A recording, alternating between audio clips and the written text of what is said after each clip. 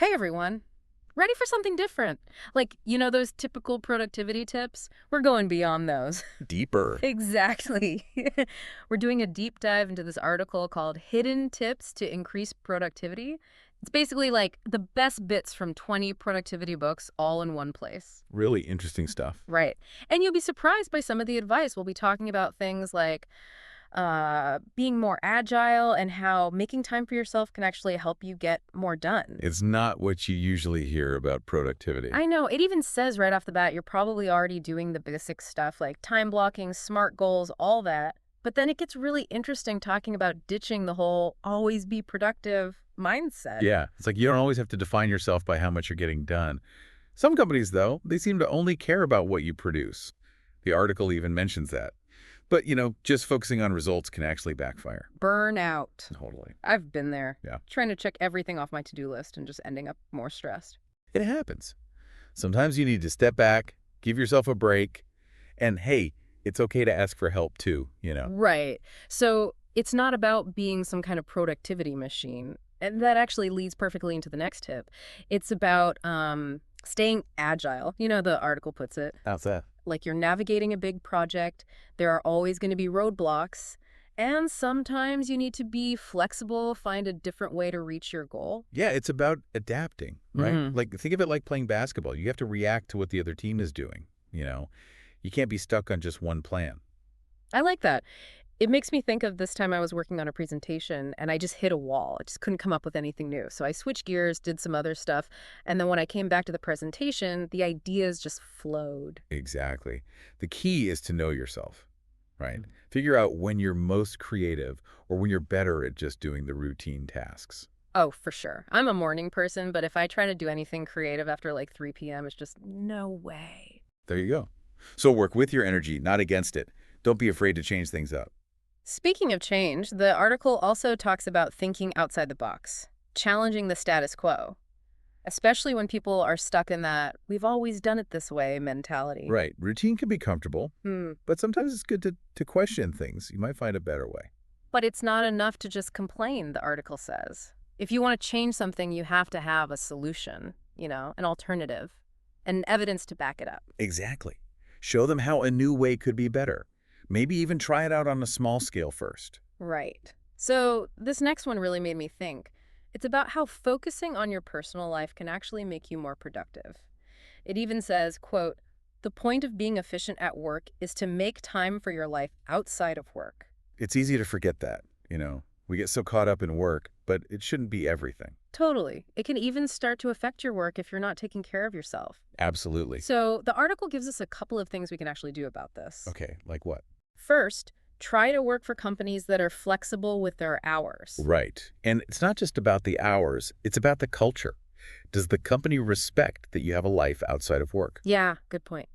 The second thing is be open with your team about your personal stuff. Like if you need to leave early for an appointment, just let them know. Be upfront about it. It just makes everything easier. So are you ready for a really different kind of tip? Sure. What is it? It's called habit anchoring.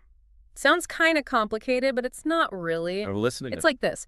You connect a new habit to something you already do regularly. Say you always have trouble finishing that weekly report by Friday. Oh, I know that feeling. Right. So what if you tie it to something that already happens, like your Thursday team meeting?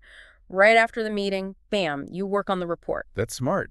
You don't have to think about when to do it. It's just part of the routine. And to really make it stick, put it on your calendar like it's an appointment. Make it official. I'm already thinking of habits I can anchor. What about you? Maybe after our morning stand-up, instead of going straight for coffee, I'll do some focused brainstorming. Awesome. Or how about blocking time to check email right after lunch every day? Yeah, make it automatic. Okay, now get ready, because this next one was like, whoa, it's all about hacking your brain for productivity. Hacking your brain. Sounds intense. I know, but it's actually about understanding how your brain works and using that to be more productive. Oh, I see. So instead of trying every productivity trick out there, figure out what works for you, for your brain. Yeah. What motivates you? What makes you procrastinate? What kind of environment do you work best in? Right. And then you can actually use that knowledge to be more productive. It makes sense. And there's even this cool technique the article talks about. It's called temptation bundling. It's where you combine something you should do but maybe don't want to with something you enjoy. Oh, I've heard of that. Like Only letting yourself watch your favorite show while you're working out. Exactly. You turn something you have to do into a reward. It's pretty clever.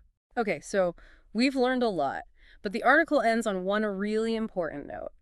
It reminds us that change takes time. Right, you can't rush it. And don't compare yourself to other people. Everyone's different. Yeah, some people love change, others not so much.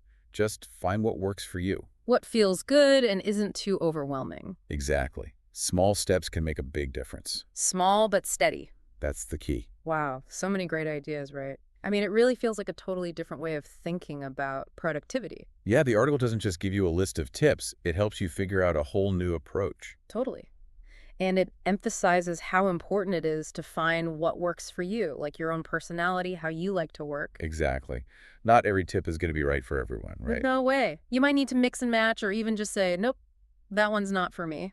It's about finding your own system, your own way to be productive. You know, the article actually mentions something called a supercharged productivity collection. It's like even more ideas from all those books. Sounds like it could be really helpful. Yeah, if you want to really dive in. But for now, let's think about like one small change you can make this week based on all this. One small change. Yeah, something easy to do, maybe a little bit different. You know what? I think I'm going to try setting a hard stop for work emails. Like 6 p.m. Done. I love that. It's a simple boundary, but it can make such a difference. I think so. What about you? Oh, I'm going to try that anchoring thing. I'm going to try brainstorming every morning while my coffee's brewing. Nice.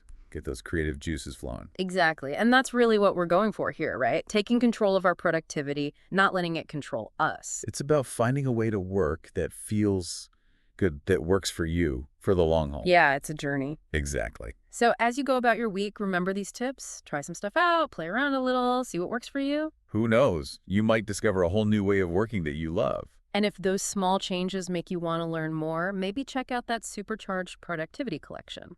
There's always more to learn, right? Always.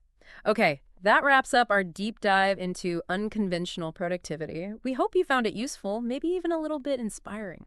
And remember, be kind to yourself. Absolutely. Until next time, happy hacking. And if trying out these small things gets you really thinking about productivity, maybe check out that supercharged productivity collection yourself. Yeah, could be a good next step. For sure.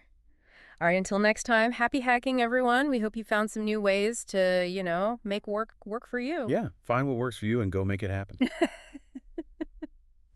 That's it for our deep dive today. See ya.